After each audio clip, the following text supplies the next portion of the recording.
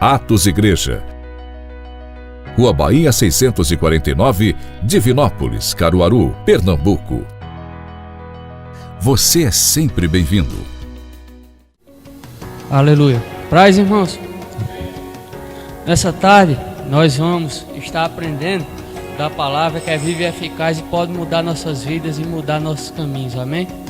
E hoje a gente vai estar falando de um tema que muitas vezes deixa a gente pensativo, deixa a gente pensando como é que faz, como é que não faz, como é que aprende, como é que desaprende, que é o que é preciso para cumprir o plano e o propósito de Deus na vida da gente. O que é que eu faço para cumprir o plano e o propósito de Deus na minha vida? Muitas vezes a gente se pega pensando, vendo como é que eu faço, como é que eu deixo de fazer, mas a gente não busca as ferramentas que Deus deixou para a gente entender e viver esse plano. Amém? Peço a vocês que trouxeram a Bíblia para abrir, para a gente dar início em 2 Tessalonicenses 1:11. 2 Tessalonicenses 1:11.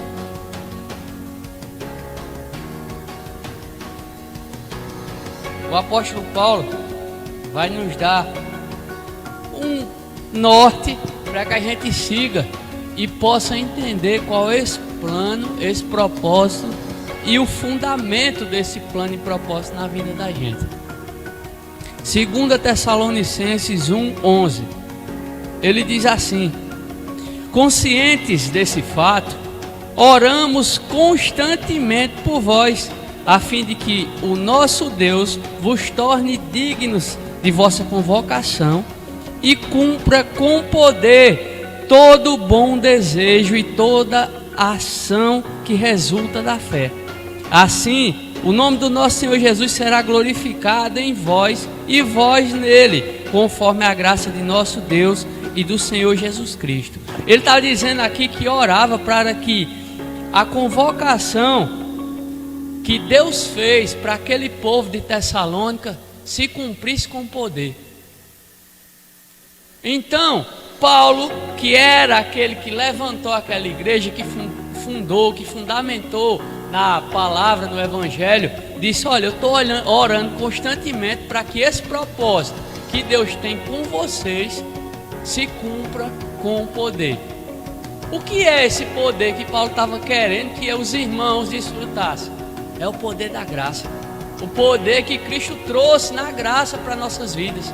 Paulo estava dizendo: eu oro incessantemente para que vocês cumpram esse propósito, esse plano, essa convocação divina na vida de vocês com poder. O poder que vem, que opera pela graça, foi derramado e entregue em Cristo. Então, quando a gente olha para esse versículo, nós vemos o apóstolo Paulo, aquele que foi o que fundamentou aquela igreja de Tessalônica, dizendo: ei, eu estou orando para que vocês entendam essa convocação, esse plano, esse propósito, e pratiquem e cumpra esse propósito com poder, o poder de Deus, o poder do Espírito Santo, que segundo Romanos foi derramado dentro de nós, que derramou o amor de Deus dentro de nós e foi enviado por Deus para habitar dentro de nós, para viver dentro do crente, de todo aquele que é nascido de novo. E Paulo está dizendo: eu oro para que vocês vivam esse propósito com esse poder que está dentro de vocês. Todo ser humano que é nascido de mulher nessa face da terra, ele tem um propósito específico, um plano, um desejo divino para cumprir, para fazer e realizar. Toda criatura que veio a essa terra, como ser humano, homem ou mulher, tem esse propósito para ser cumprido. E quem vai dizer esse propósito? Sou eu que estou aqui na frente? Não, é Deus.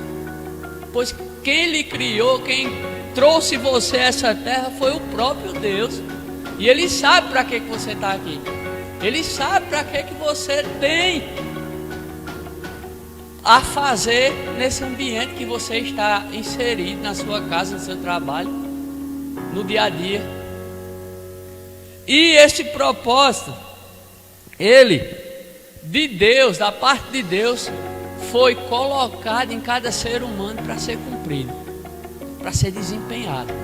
Só que entre Deus e o cumprimento desse propósito, existe você, existe eu.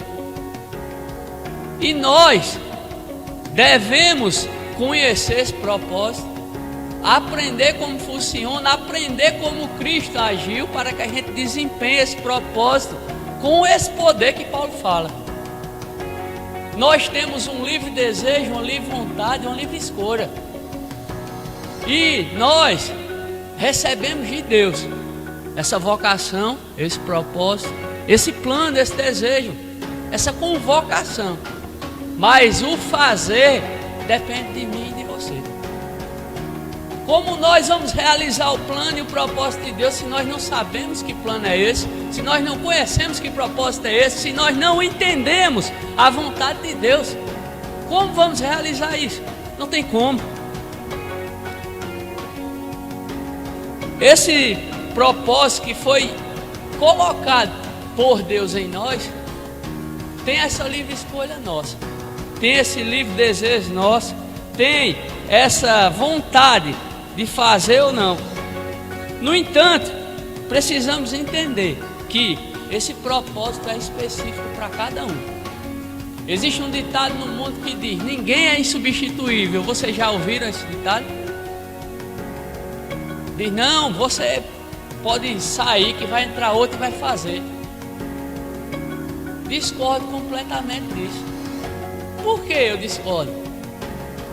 Se você parar de frente de um espelho e se analisar, primeira coisa, você vai colocar sua mão assim e vai ver que todos esses tracinhos que tem no seu dedo, que se chama digital, é diferente um do outro e de todas as pessoas do mundo.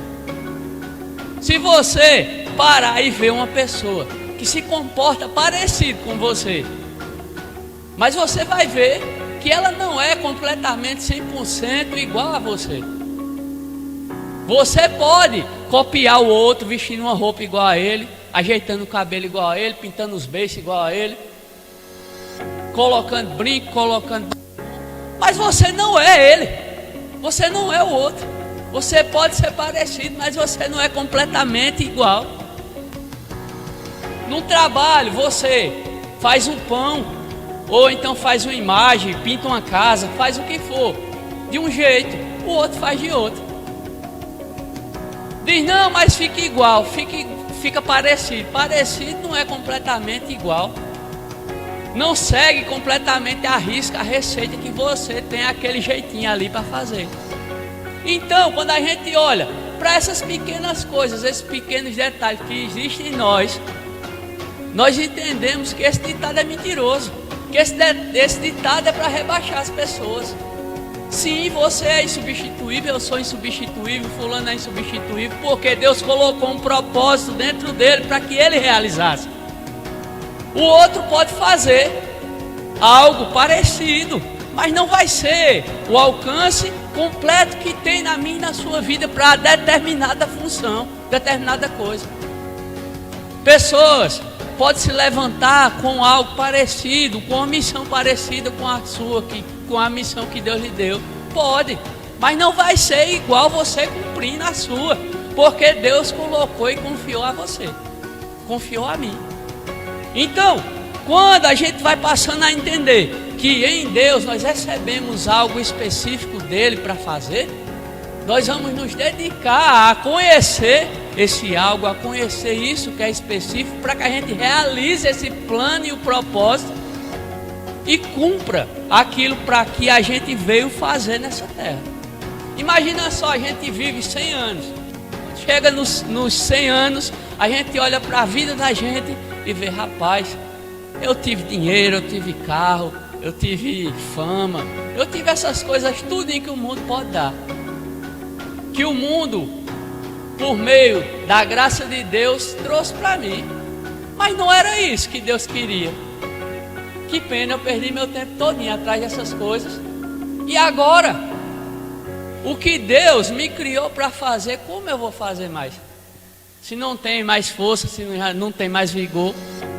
Que frustrante é chegar nos últimos dias da vida, olhando para trás e vendo que você não desempenhou aquele propósito que Deus lhe criou. Imagina que coisa frustrante. Imagina quando chegar diante de Deus, pois todos nós vamos prestar contas a Deus, e Deus disser: meu filho, cadê aquilo que eu criei você para fazer? Por que não funcionou? Por que não aconteceu? Por que você não fez? Você vai dizer o que a Deus? Vai inventar história? Não vai. Você vai dizer que não fez porque não quis, que sua escolha foi outra, divergiu, foi diferente do propósito e o plano que você foi criado para fazer. E esse plano e o propósito, ele tem uma motivação que a gente que nasceu de novo recebeu do próprio Deus, que é o Espírito Santo. Você não precisa de motivação humana, de motivação natural para realizar o plano e o propósito de Deus, não, porque o Espírito Santo, que é o poder de Deus, que é aquele que veio para lhe motivar, para lhe ensinar, para fazer com que você conheça a vontade de Deus, está dentro de você, está dentro de mim. Então a motivação necessária, o poder necessário está dentro de nós. Mas utilizar esse poder depende de quê? Conhecer a vontade do Senhor, conhecer o plano e o propósito do Senhor para nossas vidas. Hoje nós vemos que tudo isso que nós temos de características em caráter, em comportamento, em forma de falar, em forma de agir, em forma de se dirigir, não é igual ao outro. Pode até ser parecido, mas não é igual. No entanto, quando chega pessoas que usam de má fé, usam de querer lhe rebaixar para que você não viva aquilo que Deus tem para você, com medo de perder a sua posição, lhe coloca lá embaixo, dizendo: não, mas você não é substituível não, chega outro e faz, mas não é a mesma coisa que eu fazendo, porque Deus me colocou nesse propósito, e com um propósito divino para fazer isso. Até se no emprego natural, para fazer algo a gente faz diferente, quanto mais segundo o propósito de Deus, o propósito divino. Se uma coisa natural é feita diferente um do outro, imagina no propósito divino. Como é que a gente é substituível por Deus e a gente é descartável? Se a Bíblia mostra que Ele nos amou de tal maneira que enviou Jesus para morrer no nosso lugar, como é que nós somos descartáveis para Deus? Como é que Deus considera a gente substituível? Deus quer que cada um de nós nessa face da terra entenda o plano e o propósito que Ele tem para nossas vidas, para que a gente realize isso. Porque fazer a vontade de Deus é a maior alegria que nós podemos dar a Ele. A Bíblia mostra em Salmos que Deus ri dos seus inimigos. Imagina do filho dele realizando o propósito que ele criou para fazer. Qual é a alegria de Deus com esse filho? Se Deus dá gargalhada dos bestas que ficam se levantando contra a palavra de Deus, contra Cristo, imagina qual alegria ele faz quando o filho dele entende que existe um plano e um propósito a ser cumprido, começa a aprender e a realizar esse plano e esse propósito. Imagina a alegria e a felicidade que damos a nosso Deus quando a gente faz isso, ao nosso Pai. Precisamos entender que o propósito, o plano de Deus é perfeito para nós. Você acha que Deus criou o ser humano para viver como a gente olha na África, crianças morrendo de fome, comendo barro? Você acha que Deus criou a pessoa para aquilo? Não, Deus criou o ser humano para reinar nessa terra, para ser um rei, para ser o dominador dessa terra. Quando a gente olha lá no jardim, Ele olha para Adão e diz: ei, domine tudo isso aqui, domine sobre os peixes, sobre as aves, sobre tudo que você está vendo aqui. Deus criou o homem para isso.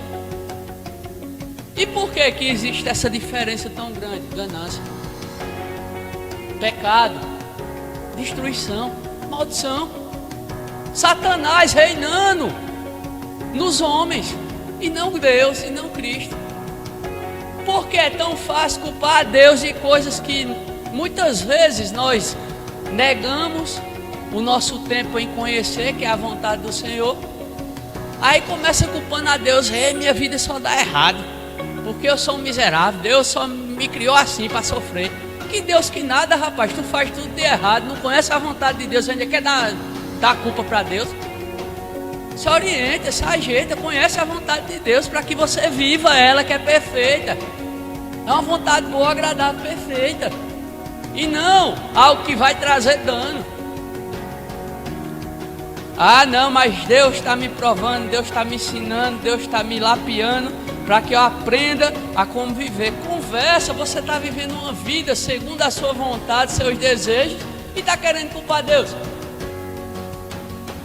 Não, mas eu comprei isso e isso está quebrando, está dando errado. Eu acho que não foi vontade de Deus, não. E por que antes de comprar você não foi atrás dessa vontade de Deus para saber se era ou não? Quando a gente é pirraia, a mãe da gente olha pra gente e diz: olha, vai fazer tal coisa, se você não fizer, você vai levar uma pizza. Se a gente levar a pizza, foi quem que foi atrás da pizza? Foi a mãe da gente? Foi a gente que não fez as coisas do jeito que era para fazer. É ou não? Então, se você faz as coisas do jeito que não é para fazer, se eu faço do jeito que não é para fazer, depois, quando vir a consequência, quando vir a bronca para resolver, quem é que vai ter que comer a bronca? É Deus, é? É você que fez, sou eu que fiz. Então precisamos conhecer a vontade de Deus, para que a gente não viva desse jeito, todo troncho, vivendo, achando como se tivesse correto, fazer aquilo que a gente bem entende, e fazendo o que quer, e depois colhendo aquilo que a gente plantou. Porque uma plantação, ela pode ser evitada, mas uma colheita não. Se você plantar qualquer coisa, ele vai nascer e vai crescer, a menos que você não bote água e ele morra. E como é que faz para uma plantação que a gente fez na nossa vida, ela morra? Conhecendo a vontade de Deus, o plano e o propósito dele. Porque se você conhecer essa plantação errada que você fez, você vai deixar de regar, vai deixar de botar adubo e vai começar a partir para o lado da boa vontade de Deus, da agradável, da perfeita vontade de Deus. E você fazendo isso, aquilo que você plantou de errado vai morrer. Por quê? Porque uma semente, para ela brotar, para ela nascer, precisa de regar, precisa de adubo. Se você não está colocando adubo naquilo, aquilo vai morrer. Mas como é que eu faço isso? Pelo amor de Deus, eu não aguento mais sofrer. Vá conhecer a vontade de Deus, o plano e o propósito de Deus para a sua vida. Aí você vai deixar de colocar água naquela plantação errada que você fez e vai começar a aprender a andar segundo a vontade de Deus e vai colher os bons frutos que a palavra garante de que quem vive a vontade de Deus colhe. Ou você acha que vivendo justamente, dignamente, como uma pessoa íntegra, em santidade, separado de coisa errada, você vai estar só levando pancada e colhendo o que não presta? Vai não, porque Deus é justo e a palavra dele garante.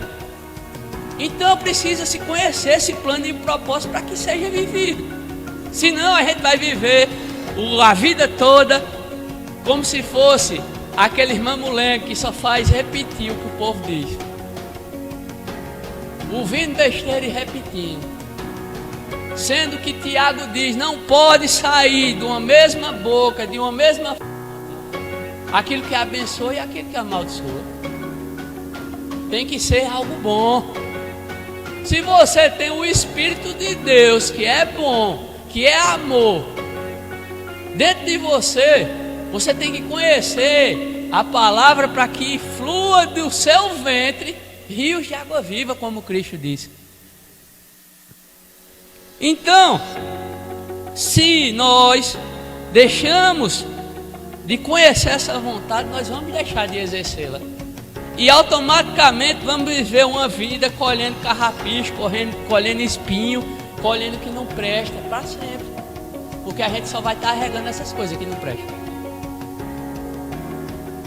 Em Provérbios tem muitos versículos que falam que aquele que segura sua língua é sábio, não vai ser repreendido e não vai colher coisas ruins para si. Vários versículos. Se você ler Provérbios, tem 30 e poucos capítulos, 32 se eu não me engano. Você lendo um todo dia, você vai ler o mês todinho e vai ficar mais inteirado da sabedoria de Deus para a sua vida. Então, se você fizer isso, você vai ver que a palavra pode mudar a sua vida e fazer com que você seja mais sábio para conhecer o plano e o propósito de Deus. Em Efésios 4:11, vamos para lá. Agora nós vamos ver que existe um plano e um propósito de Deus na parte ministerial, na parte espiritual. E Paulo vai estar mostrando nesse versículo que existe.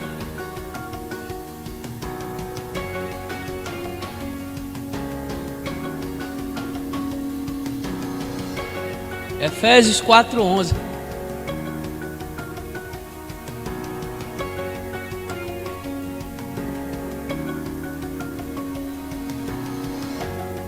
Efésios 4:11 diz assim: assim ele designou alguns para apóstolos.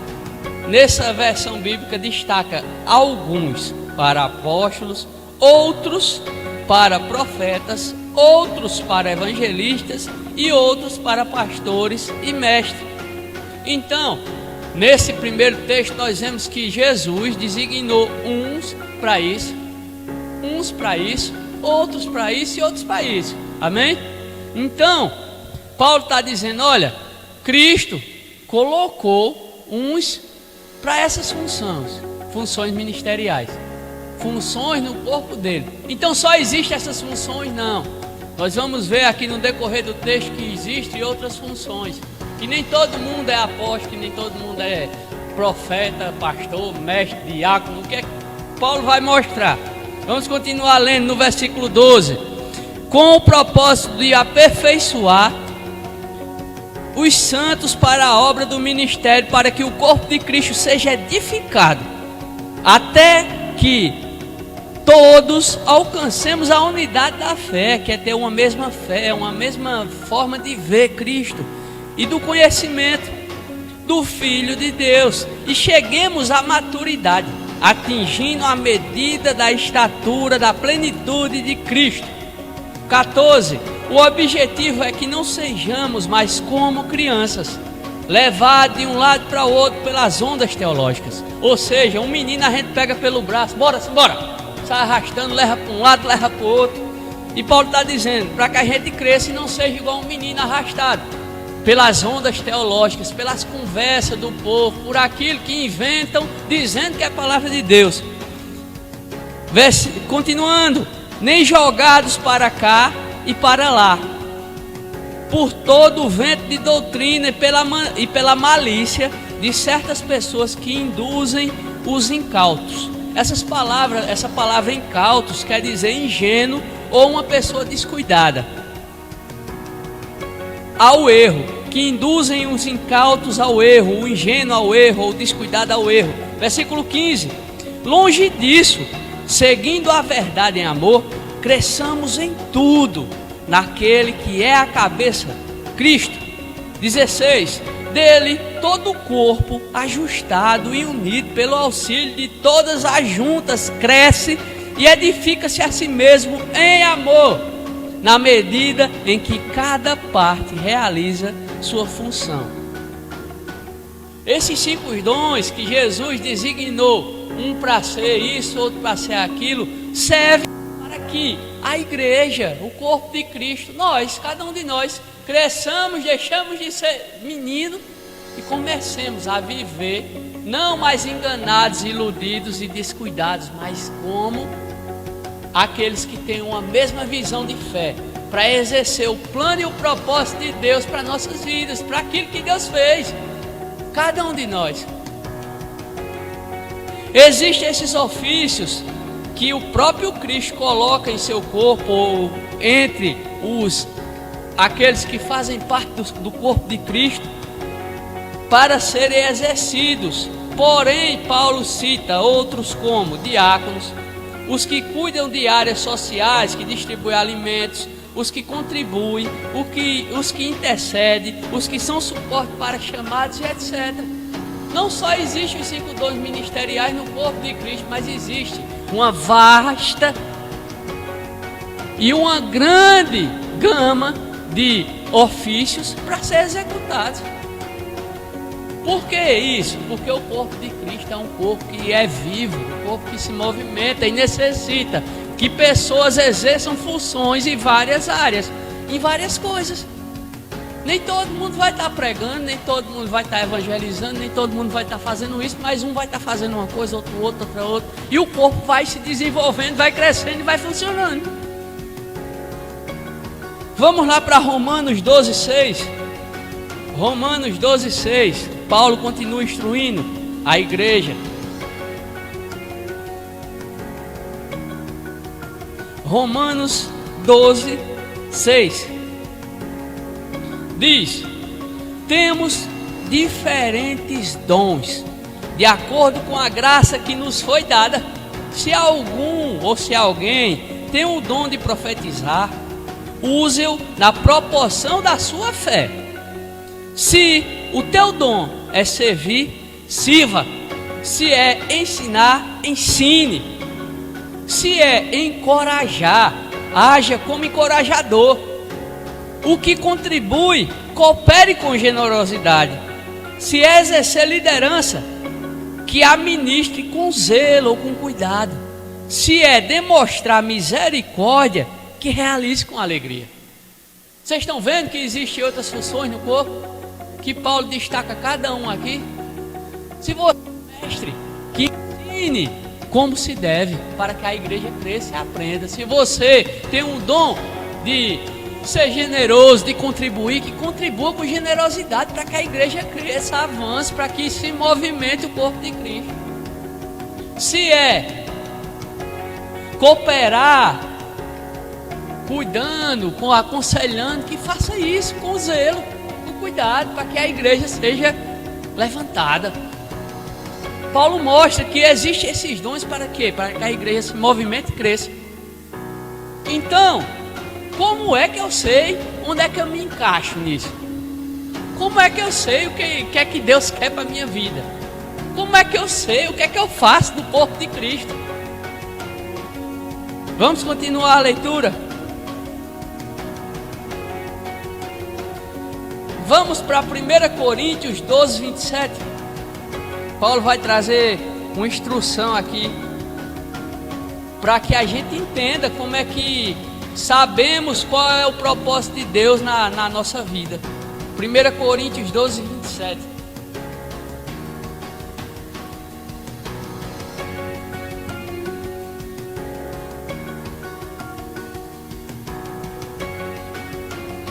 Ele diz: ora, vocês sois o corpo de Cristo, e cada pessoa entre vós, individualmente, é membro desse corpo. 28. Assim, na igreja, Deus estabeleceu alguns, primeiramente, apóstolos, em segundo lugar, profetas, em terceiro, mestres, em seguida, os que realizam milagres, os que têm os dons de curar, os que têm dom de prestar ajuda, os que têm dom de administração e os que falam diversas línguas. 29. Acaso são todos apóstolos? São todos profetas? Ou são todos mestres? Todos têm o dom de realizar milagres? Versículo 30. Todos têm dons de curar? Falam todos em línguas? Todos as interpretam? Contudo, buscai com zelo os melhores dons. Como é que a gente vai fazer essa busca sem conhecer esse dom? sem conhecer o que é que Deus tem para a nossa vida. Paulo, nesse versículo, está instruindo, mostrando que existe uma gama de dons e que nós devemos buscar os melhores. Amém? Então, continuando a leitura em Efésios 5,14, vamos para lá? Efésios 5,14.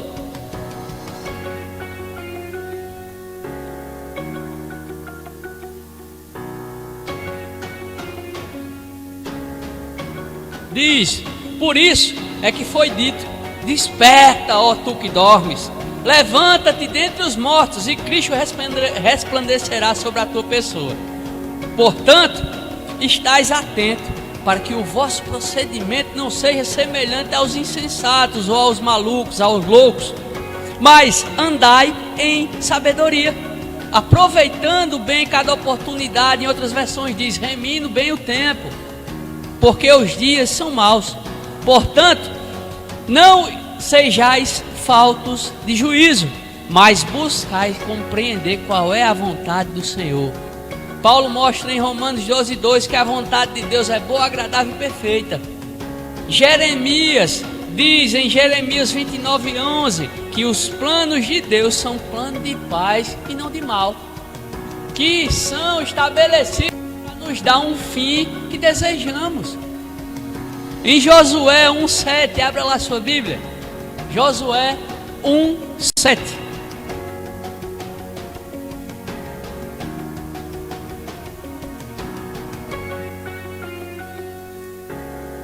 O livro de Josué, capítulo 1, versículo 7 diz: então somente esforça-te e tem muito bom ânimo, para terdes o cuidado de fazer conforme a toda a lei que o meu servo Moisés te ordenou.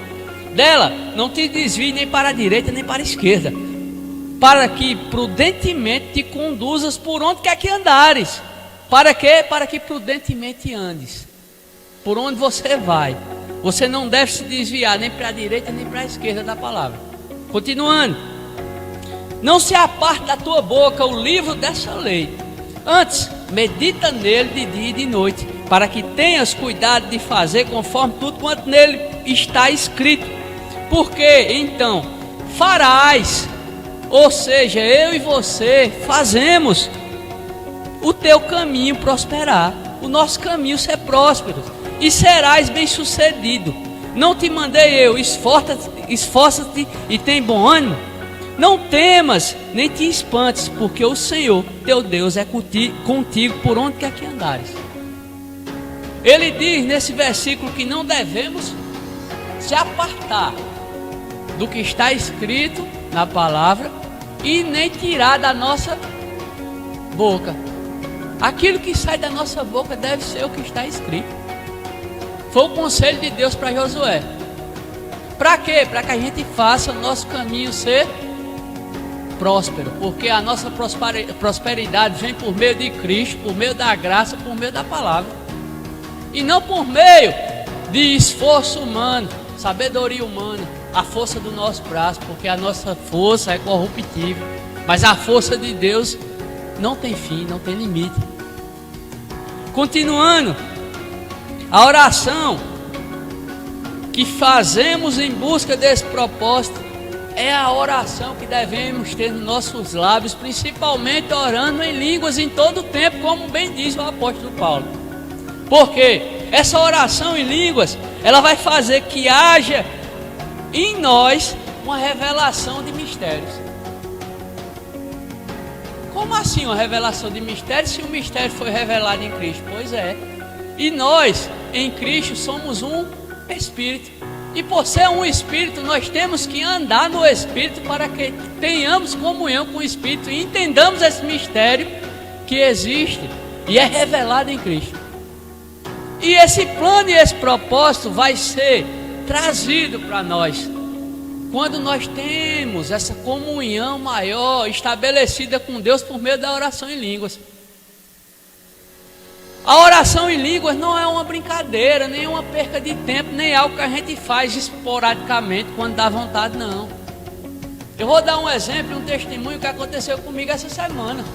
Eu estava orando dentro do quarto, fiquei lá a tarde toda, e de repente no meio da oração apareceu para mim uma mão com uma roupa branca, uma caneta dourada, escrevendo num papel.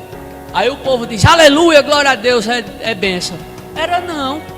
Foi Deus me mostrando que tinha alguém querendo comprar a minha integridade, o meu caráter, para que eu desacreditasse daquilo que a palavra diz. E depois essa mesma pessoa aparecia andando no lugar e me induzindo a vestir a mesma roupa que ele. A roupa de engano, uma roupa de mentira, uma roupa que não era da palavra. O que é isso? Foi Deus me alertando para eu ter cuidado, para eu não perder. Assim como Deus disse para Josué: não tire dos seus olhos a palavra, não tire da sua boca a verdade da palavra. Para quê? Para que eu me corrompa. Foi Deus me alertando. E como foi que aconteceu isso? Eu orando em línguas. Se acontece comigo, não acontece com você não. Se acontece comigo, não acontece com outra pessoa não. Ou com você, com outra pessoa. Acontece porque a palavra garante: quem ora em língua edifica-se a si mesmo. Então, se você faz isso, se eu faço isso, nós vamos a cada dia mais entender esse plano, esse propósito e vamos viver. Porque Deus, Ele interessa que a gente viva esse plano e o propósito o mais rápido possível. Não porque Ele está querendo que a gente haja, não, é porque quanto mais cedo a gente viver, mais cedo nós vamos usufruir daquilo que a palavra diz. E Ele quer que a gente usufrua o mais rápido possível da palavra dEle. Porque ela é real, ela funciona, ela é verdadeira. Então, quando nós oramos para conhecer esse propósito e oramos em língua, Deus vai revelar para nós. E quando nós fazemos ainda algo que é para a gente fazer, como Deus disse a Josué, meditar na palavra de dia e de noite, ou seja, ler a Bíblia o máximo possível, nós vamos conhecendo mais a Deus, conhecendo mais a vontade dEle, conhecendo mais a graça que há em Cristo Jesus.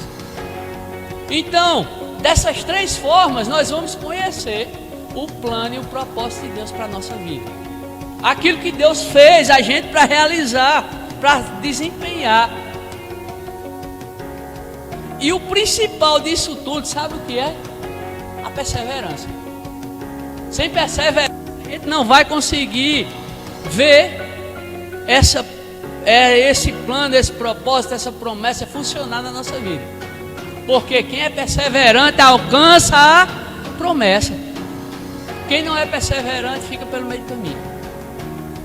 Abra sua Bíblia lá em Filipenses 3,13. Filipenses 3,13.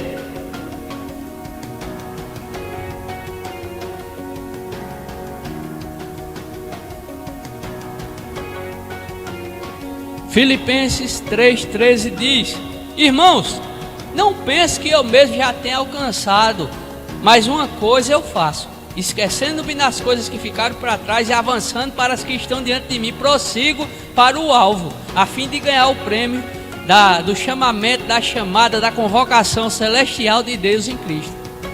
O que é que Paulo está dizendo nesse versículo aí? Aquilo que passou ficou para trás. Agora eu vou correr para frente, vou correr para o alvo, vou olhar para o autor e consumador da minha fé, que é Cristo, ser perseverante e alcançar esse prêmio que veio por meio dessa convocação que Ele me fez. Vou ser perseverante. Em Colossenses 1,11 diz: sendo fortalecidos com todo o poder de acordo com a força da sua glória, da glória de Cristo, para que tenham toda a perseverança e paciência com alegria, por meio do poder de Deus e a força que vem na sua glória, por meio da graça, nós somos fortalecidos para viver perseverantes e com alegria. Perseverantes e alegres. Em Hebreus 12:1 diz: portanto, também nós, uma vez que estamos rodeados por tão grande nuvem de testemunhas, livremo-nos de tudo que nos atrapalha e do pecado que nos envolve e corramos com perseverança a corrida que nos está proposta, ou seja, a chamada que foi feita para nós, tendo os olhos fitos em Jesus, o autor e consumador da nossa fé. Ele, pela sua alegria, pela alegria que lhe fora proposta, suportou a cruz, desprezando a vergonha, e assentou-se à direita do trono de Deus. Pense bem naquele que suportou tal oposição dos pecadores contra si mesmo, para que vocês não se cansem nem desanimem. Sejam perseverantes, andem com perseverança, para que esse plano e esse propósito seja cumprido na sua vida e na minha. Porque senão a gente vai ficar pelo meio do caminho e ainda vai botar a culpa em quem? Em Deus. Em 2 Timóteo 3,14 diz: quanto você, porém, permaneça nas coisas que aprendeu e das quais tem convicção, pois você sabe de quem aprendeu. Paulo estava dizendo: ei, você fique firme na palavra que você aprendeu, porque você aprendeu de Cristo. Você aprendeu a verdade de Cristo, permaneça firme nela. Em 2 Coríntios 4,16 diz: por isso não desanimemos, embora o exterior esteja se desgastando. Interiormente estamos sendo renovados dia após dia por nossos sofrimentos leves e passageiros momentâneos. Estão produzindo para nós uma glória eterna que pesa mais do que todos eles, os sofrimentos. Assim, olhamos fixo, não naquilo que se vê, mas no que se não vê, pois o que se vê é passageiro, é transitório, mas o que se não vê é eterno. Para fechar, abra sua Bíblia lá em Hebreus 10, 35. Hebreus 10, 35. Vemos que Paulo estimulou Timóteo a permanecer firme na palavra, para que não se abalasse e não mudasse de estação, não mudasse daquilo que Deus confiou a ele por meio de Cristo. A palavra da fé, a palavra da perseverança. Hebreus 10, 35 diz assim: por isso, não abram mão da confiança que vocês têm, ela será ricamente recompensada. Vocês precisam perseverar de modo que, quando tiverem feito a vontade de Deus, recebam o que ele prometeu. Pois em breve, muito em breve, aquele que vem virá e não demorará, mas o meu justo viverá pela fé, e se retroceder, não me agradarei dele. Nós, porém, não somos do que retrocede e são destruídos, mas do que crê e são salvos. Então, para perseverar tem que crer, tem que ter fé, tem que conhecer a graça. Para quê? Para que quando o plano e o propósito de Deus seja entendido, compreendido por cada um de nós, nós vivamos ele plenamente, com ousadia, intrepidez, com amor e principalmente com o poder que vem por meio da graça. Amém? Então quem vai determinar o plano e o propósito de Deus para mim e para a sua vida é quem? Deus. E como é que eu conheço? Por meio da oração, por meio da oração em línguas, por meio da leitura, e perseverante na prática da palavra e da sã doutrina. Perseverante, confiante no que a palavra nos diz que é para ser feito. Amém? Então vamos ficar de pé, orar, vamos agradecer a Deus por mais esse culto, porque a palavra nos livra de todo o mal. A palavra é a libertação que necessitamos. A palavra, ela dá rota para a nossa vida. Amém? Pai, te damos graças, Senhor, por tua palavra que é viva e eficaz. Te agradecemos, pois tu és bom, o teu amor dura para sempre. A tua vontade, Senhor, é boa, agradável e perfeita. A cada dia que o teu Espírito nos leve a conhecer o plano e o propósito de vida que tu tem traçados para cada um de nós. Em nome de Jesus, Pai, que possamos ter consciência da tua graça e o poder que vem por meio dela, que opera em nós por meio do Espírito, e a consciência que esse Espírito está em nós para desempenharmos a vida de Deus nessa terra.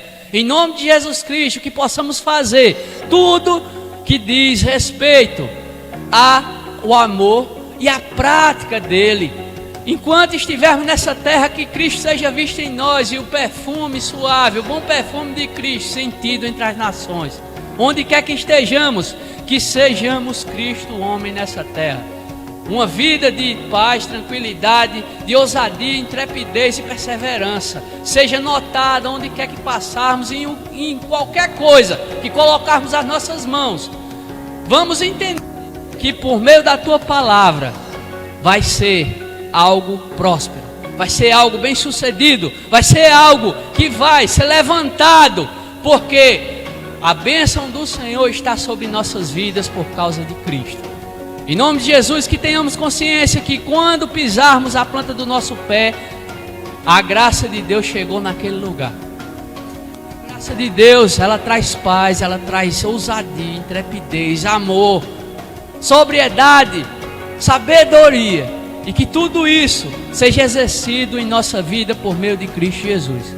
Em nome de Jesus, que o Teu Espírito Santo nos guie por uma semana, onde vão se levantar situações, mas nós temos a graça de Deus para resolver qualquer coisa. Nós temos a sabedoria divina para exercer o ministério de Cristo nessa terra. E tudo que se levantar vai ser resolvido por meio dessa graça, por meio do Teu Espírito que está em nós. Em nome de Jesus, te agradeço por uma semana consagrada e cheia da Tua graça. Que o Teu Espírito nos conduza em paz, sossego e amor. Que a graça de nosso Senhor Jesus Cristo, o amor de Deus e a consolação do Espírito Santo repouse sobre cada um de nós. Quem crê diz amém. Vão em paz, e vocês que estão assistindo pela internet sejam abençoados pela prática da palavra, em nome de Jesus. Amém.